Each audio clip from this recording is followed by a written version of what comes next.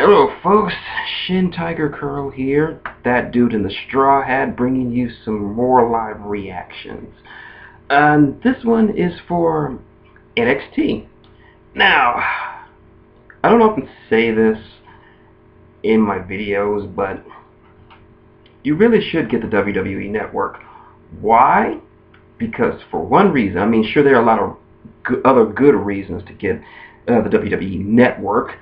The backlog of AWA, WCW, WWF, and ECW pay-per-views, a multitude of specials, and a few shows that I kind of like. I'm not talking about you, total divas. You can go eat a dick.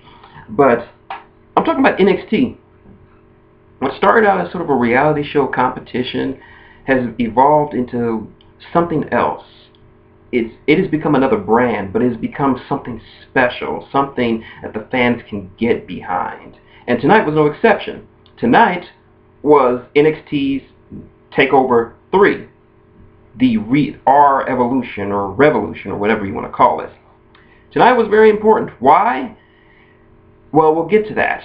First, I just want to go through all the matches and tell you why they were awesome. And our first match was the debut of perhaps one of the most anticipated signings in recent history for the WWE. I mean, this year we saw Triple H personally signing Prince Devitt, now known as Finn Balor, Kenta, now known as Hideo Itami, and his last one, who made his debut in the first match of the night, was our good friend, Mr. Wrestling, Kevin Steen, now known as Kevin Owens. He started us off as he beat down that silly little man-child, that silly little flower child, C.J. Parker, and what a debut! It was everything you could want out of Kevin Steen. My bad. I mean Kevin Owens, and I like that he has his initials on his shirt. Knockout. Go for it. But yeah, it was even though Owens got busted open by an open hand palm strike from Parker, he still came through it. No package powerbomb, sadly. I'm sorry, but we all knew that he wasn't going to be able to use that in the WWE. But he made a very impressive showing, and the crowd was pretty hyped for him too. So there's that. I believe next up we had with the tag team championships on the line between the reigning champions, the team that knocked off the Ascension. Would be the Lucha Dragons, made up of Kalisto and Sin Cara. So for those of you wondering where Sin Cara was, he was in NXT, making awesome matches with his partner. Their opponents were a tag team called the Vaudevillains. And this is my first time actually seeing them, and I like them. I like the Vaudevillains. They're like a throwback to early 20th century aristocratic boxers, you know, pip pip cheerio, curly mustaches. Their entrance is amazing, and their in-ring work is very brawling-esque, sort of a throwback to like groups like the Brain Busters or Demolition. Just very Smash Mouth, but very old school and old timey. This was a fantastic tag team match. And of course the Lucha Dragons retained, but the Vaudevillains looked amazing. Alright, next up, if I remember, we had Baron Colbert, if I'm getting his name correct. If I'm not, I will probably correct myself in the comments below. But he's basically, his whole gimmick is he's just a smash mouth guy who ends his matches in extremely quick fashion. So much so that the crowd actually starts counting down how long his match lasts. And this one was I don't even remember who he was facing. The match was that fast, but it was very impressive by this Baron guy, and I like him. So, there's that. Next up was a much anticipated tag team grudge match between the Ascension, the aforementioned Ascension, and the two recent hires by Triple H, Finn Balor, aka Prince Devitt, and Hideo Itami, Itami, aka Kenta, and Finn Balor came out with the fucking body paint. Yeah. A lot of people were saying that when Prince Devitt was signed, he would not do his body paint because WWE wouldn't allow it. But everyone seems to forget that NXT is Triple H's baby, and he pretty much lets them do whatever it is they need to do to get over. And he knows that what got Finn Balor over was his awesome body paint, and he had the body paint looking like Carnage from Spider-Man. But this was a very, very good matchup. The Ascension shows why they are the top tag team of NXT, even though they don't have the belts anymore. And Itami and Balor looked fantastic. We even had a GTS tease from Itami. And for those of you out there that think he's copying CM Punk, no. Itami was the one who did it first. CM Punk, he just allowed CM Punk to use it. But as soon as he put him on his shoulders, the crowd knew, like, oh my God, he's going for the GTS, yeah! But it was a tease. But needless to say, Itami and Balor win this one. Awesome match. Next matchup was the NXT Women's Championship on the line, as the champion Charlotte, daughter of Ric Flair, versus the boss, Sasha Banks. Now, for those of you who know me on the CBR, know that I have a thing with legacy wrestlers. That it's okay to... here's my deal. If you're a legacy wrestler, as in you come from a wrestling background, like if your family was majorly into professional wrestling, you got the Rhodes, the Harts, the Von Erichs, the Guerreros, pretty much any major wrestling family, or your parent was a legend in the business, there's a certain stigma that comes with that. I mean, a lot of times, when you're a legacy wrestler, you have to avoid making your entire gimmick be just that you are the son or daughter of such and such legend. But if you do something like this, it's doomed to failure, because all people are going to know you by is I'm son of such and such. That's it, and that fucks you over. You need to establish your own identity. And I'm not talking out of my ass about this. History is on my side with this. Think about it. The one I can clearly name, Dwayne Johnson. That's right, The Rock. When he came out, years and years ago, when he debuted, he was the Tongan Kid. They played up the fact that he was a third-generation wrestler. His father was Rocky Johnson. His grandfather, the High Chief Pia Maivia. But that was pretty much it to him. The crowd soon turned on him. There was nothing more to him. That is until he turned into Rocky Maivia, or The Rock, and started making himself known as an inept trash talker, one of the best who has ever picked up the mic. Another example, Dustin Runnels, the son of Dusty Rhodes, the American Dream. He started out just being his father's son, but there was nothing more to him. It wasn't until he came back to the WWF at the time as the bizarre one, Goldust. He's more well known as Goldust than he is as Dustin Runnels. More modern examples,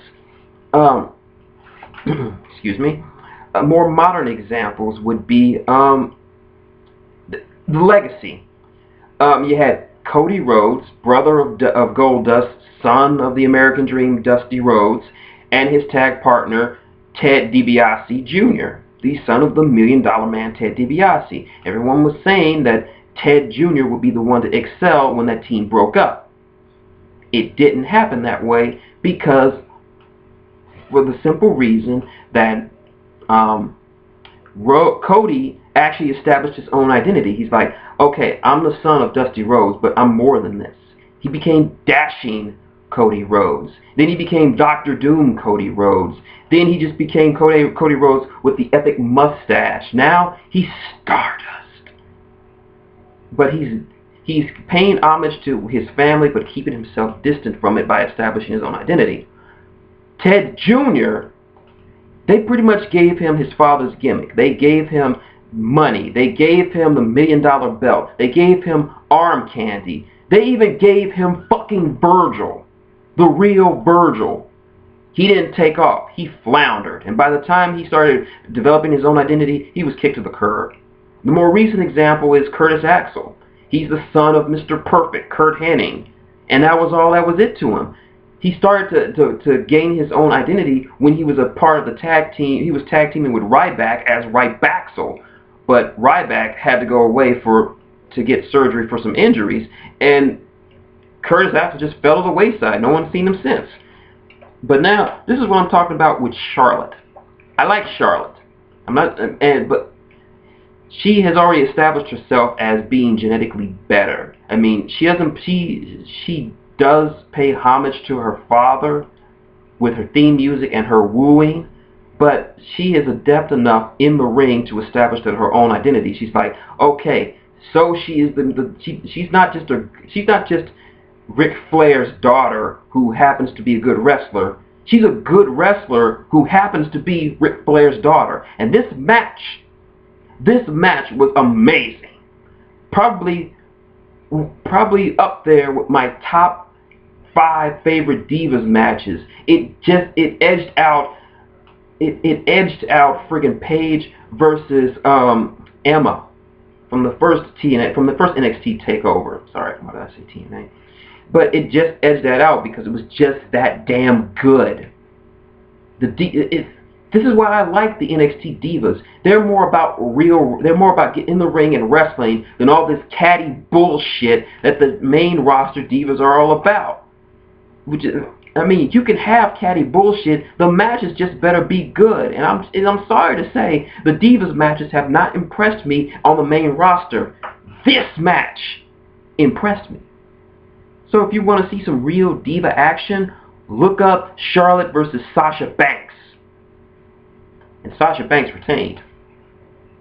And then we have, of course, the main event. Sami Zayn takes on Adrian Neville for the NXT World Title. Now, anyone who knows of NXT knows of Sami Zayn. He is just one of the most beloved and respected men in that entire roster. Everyone who's faced him, any match that he's been in has been a 5-star. I mean, his matches that he had with Cesaro last year were some of the best that you'll ever see. Now, the stipulation was a self-imposed stipulation that if Sami Zayn did not win, he would leave NXT. He would end his career. So the match itself was epic. It had the right amount of storytelling, the right amount of drama, the right amount of ring psychology, the right amount of technical wrestling, the right amount of high flying, the right amount of brawling. It was one of the best. I'm going to go so far as to say this was the best title match that I have had the pleasure of watching this entire year. And I'm saying that I rank this above even Cena versus Brock at SummerSlam. Even though I enjoy watching Cena getting totally destroyed by the one-man crime spree that is Brock Lesnar, this on all fronts, this was the perfect world title match that you can have. And I'm not even going to spoil a lot of what happens in this match. I'm just going to say Zayn wins.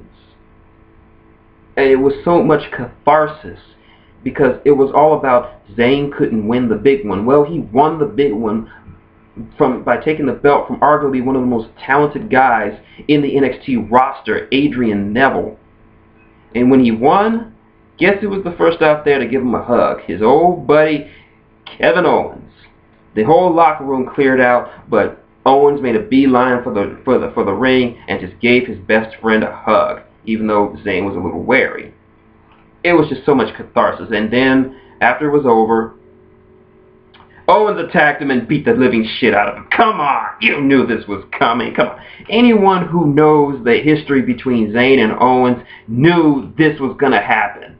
And I'm glad it happened on the night that Owens debuted. So even though he attacked Zayn out from behind, I was just smiling the whole way because we might be seeing the restart of one of the greatest rivalries of not just ROH, but in all of professional wrestling. And for the belt, too. My dick is hard just thinking about it. No, for real, I am at half max just thinking about it. But yeah, that was NXT TakeOver. My thoughts? Simple. This is the reason why you should get the WWE Network. I am going to say this online, and you can quote me on this. NXT is the A show now. What I mean by that is, a lot of people call Raw the A show, SmackDown the B show, and whatever else the C and D shows or what have you. NXT consistently puts out a better show than SmackDown and Raw put together. I will say this again. NXT puts out a better show than Raw and SmackDown put together. Maybe it's the fact that it is not under the direct influence of Vince McMahon. This is Triple H's baby, and you could see his handprints all over this shit. Maybe because it seems smaller. Maybe because pretty much everyone on the roster are just young up and comers who want to prove themselves. I don't know what it is, but NXT shits on Raw and SmackDown. If you haven't got the WWE Network, get it. Pay $9.99. That's less than what you pay for a 12-pack of beer. Less than what you pay for a DVD or a Blu-ray disc. Less than what you pay for what am I thinking of? Less than what you pay for an all-you-can-eat buffet at a Brazilian barbecue. Brazilian barbecues are expensive. You need to get the WWE Network just for NXT. People are always saying that WWE has gotten stale and it's gotten predictable. That's because they're not watching NXT. You should, if you like wrestling at all, you should be paying that $9.99 every month, tuning in every Thursday night and watching people like Sami Zayn, like Adrian Neville, like The Ascension, the Vaudevillians, people like Sasha Banks, people like Charlotte, people like the Lucha Dragons, people like Hideo Itami, Finn Balor, Kevin Owens. What are you waiting for? Why are you still watching me? Why are you still watching my ridiculous ass in this hat? You should be going on WWE's website, signing up for the network, and watching the replay of this awesome event. Vince, take note. I'm watching you. I'm going to be watching TLC because right now this is going to shit on everything that you can do. The so-called D show filled with no names and has-beens or what have you is going to shit on your main shit. I'm not saying that TLC is going to suck. I'm not saying it's not going to suck. I'm not saying either way because I haven't seen the show yet. But I'm just saying, as it stands, NXT TakeOver 3 Revolution is probably the best pay-per-view this entire year. And I'm including Survivor Series with Sting's debut. I'm including that.